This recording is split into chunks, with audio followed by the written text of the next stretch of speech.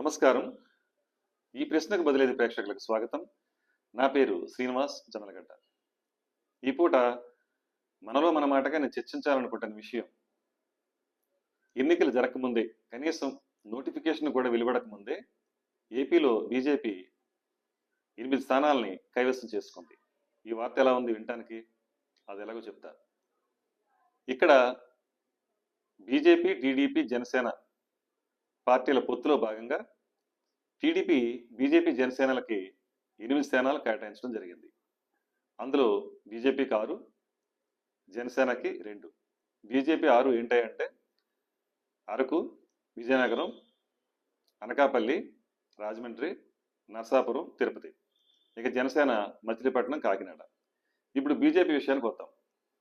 ఇక్కడ బీజేపీ పోటీ చేస్తున్న 6 స్థానాల్లో ఖచ్చితంగా నెగ్గగలిగే స్థానం నరసాపురంగా కనిపిస్తుంది. ఎందుకంటే అక్కడ నరసాపురంలో త్రిపుల్ రాజుగారికి ఇస్తే గనక ఆయన విజయ సునాయాసం. ఆయన ఇండిపెండెంట్గా పోటీ చేస్తే ఇంకా బీజేపీలో పోటీ చేసిన దానికంటే ఎక్కువే వచ్చే అవకాశం కూడా ఉంది. ఎందుకంటే ఆయన అక్కడ ఓన్ చరిష్మా, ఆయన సొంత టాలెంట్, ఆయనకున్న క్రేజ్ అలాంటిది. అయితే ఇక రాజమండ్రి విషయంకి వచ్చేటప్పుడు కూడా అక్కడ పురంధరేశ్వరి గారు పోటీ చేస్తే కనుక అక్కడ తెలుగుదేశం నుంచి, జనసేన నుంచి సపోర్ట్ దొరికే అవకాశం ఉంటుంది. ఇవి మినహా మిగతా చోట్ల టీడీపీ నుంచి కానీ, జనసేన నుంచి కానీ బీజేపీకి ఓట్ల బదలాయింపు జరిగే అవకాశం చాలా తక్కువ. ఎందుకంటే బీజేపీకి 100 కంటే తక్కువ ఓట్లు ఉన్నాయి. గతంలో 1% కూడా లేదు. నెగ్గాలంటే పార్టీ ప్లస్ పర్సంటేజ్ ఓట్లు దక్కించుకుంటేనే అక్కడ విజయం సాధించే అవకాశం ఉంటుంది. ఇంత పర్సంటేజ్ ఓట్ల బదలాయింపు టీడీపీ, జనసేనల నుంచి బీజేపీకి రావాలంటే సాధ్యమా?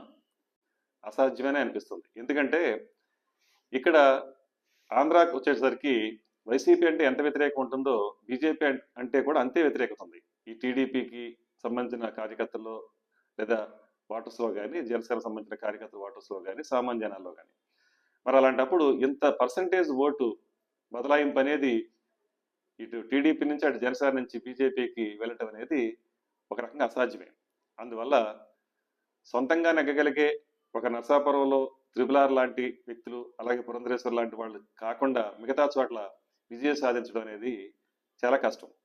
మరి అలాంటప్పుడు ఈ 6 స్థానాలకి 6 స్థానాలు కూడా ఓడిపోయింది అనుకుందాం కాసేపు. అయినా బీజేపీకి వచ్చిన నష్టం ఏముంది? అక్కడ నెగ్గేది వైసీపీ. బంగారు బళ్ళలో పట్టుకెళ్ళి మధ్యలో కమలాలు పెట్టి మరీ సమర్పించేస్తారు వైసీపీ బీజేపీకి ఆ 6 స్థానాలని. అలాగే జనసేన విషయంలో కూడా అంతే. అక్కడ వైసీపీ నెగ్గినా, జనసేన నెగ్గినా ఆ విజయం అల్టిమేట్గా అది బీజేపీదే అవుతుంది. ఎవరు నెగ్గినా వాళ్ళు పట్టుకెళ్ళి బీజేపీకి ఇవ్వాలి కదా. అందువల్ల ఇక్కడ మనం 8 స్థానాల్లో ఎవరు నెగ్గినా, అటు వైసీపీ కానీ, జనసేన కానీ, బీజేపీ కానీ ఎవరు నెగ్గినా అది బీజేపీ స్థానాలే అవుతుంది. ఇది వాస్తవం. ఇందులో ఏ మార్పు ఉండదు. ఇకపోతే అసెంబ్లీ స్థానాలు 10. ఆ 10 స్థానాల్లో బీజేపీకి దాదాపుగా 1 స్థానం కూడా నెగ్గే అవకాశం లేనట్టే అనుకోవాలి ఇప్పుడున్న పరిస్థితుల ప్రకారం. నెగ్గకపోయినా మళ్ళీ ఇక్కడ కూడా అదే విషయం, అదే జరుగుతుంది. ఎవరు నెగ్గినా ఆ విజయం బీజేపీదే అవుతుంది. ఇలాంటి అవగాహనలు, రాజకీయ ఒప్పందాలు, ఇలాంటి రాజకీయాలు స్వాతంత్రం వచ్చిన తర్వాత బహుశా ఎన్నడూ మనం చూసుంటాం. ఇది కొత్త రాజకీయ ఎత్తుగడ, పోకడ.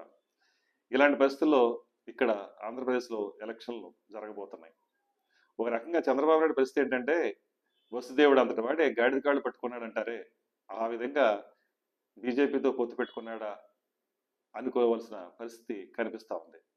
ఏదేమైనా ఎన్నికలు ఒక రకంగా చెప్పాలంటే గతంలో ఎన్నడూ లేని విధంగా జరుగుతున్నాయి. ఈ పొత్తులో భాగంగా ఈ 3 పార్టీలు బీజేపీ, అలాగే జనసేన, టీడీపీల విజయం సునాయాసమే కావచ్చు. కాకపోతే ఎవరి నెగ్గినా ఆ విజయం బీజేపీదే అవుతుంది అనేది మాత్రం ఇక్కడ మనకి కనిపిస్తున్న వాస్తవంగా ఉంది. నమస్కారం. విజయసాన్.